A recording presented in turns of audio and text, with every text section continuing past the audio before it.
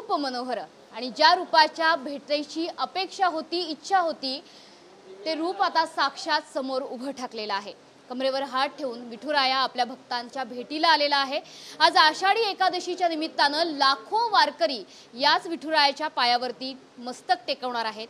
आज आषाढी एकादशीच्या निमित्तानं विठ्ठल मंदिरात अक्षरशः मुंगी शिरायला सुद्धा जागा नाही, इतकी गर्दी आहे। फुलून गेलेला आहे संपूर्ण पंढरीचा परिसर वारकऱ्यांनी आणि म्हणूनच शासकीय महापूजा संपन्न झाल्यानंतर आता विठुरायाचं दर्शन घेण्यासाठी वारकऱ्यांना या ठिकाणी सोडण्यात येते। विठुरायाच्या चरणावर डोकं ठेवण्यासाठी आता लाखो वारकरी हे आता पंढरीच्या विठ्ठल मंदिराच्या बाहेर प्रतीक्षा करतायत। विठ्ठल रुक्मिणी मंदिराच्या या दर्शनानंतर आता हे 24 तास दर्शन खुलं ठेवण्यात येणार आहे।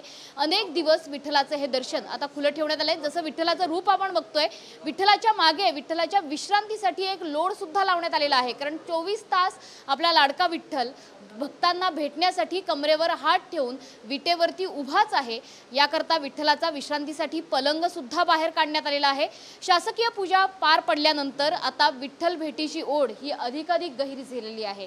एकंदरीतच महाराष्ट्र शासनाने ऐनवारीमध्ये वारकरी पेन्शन योजना जाहीर केली आहे, त्याच्यामुळे वारकऱ्यांमध्ये सुद्धा आनंदाचं आणि उत्साहाचं वातावरण आहे। याच उत्साहाच्या वातावरणात शासकीय महापूजा देखील संपन्न झालेली आहे। इथून पुढे पंढरीचा विकास अधिकाधिक कसा होईल, त्यासोबतच या पंढरीच्या विठ्ठल रखुमाई मंदिराच्या आणि गाभाऱ्याचं मूळ स्वरूप जे पुरातन स्वरूप आहे ते आता वारकऱ्यांच्या भेटीला आलंय। त्याच्यामुळे हे स्वरूप बघण्यासाठी अधिकाधिक उत्सुकतेने आणि आनंदाने वारकरी विठ्ठल मंदिरात प्रवेश करतायत। कॅमेरामन अभिजित सह मनश्री पाठक, TV9 मराठी, पंढरपूर।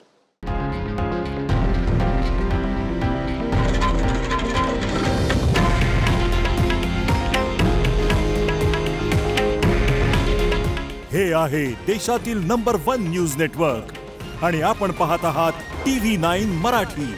काळजी तुमची, हित महाराष्ट्राचं।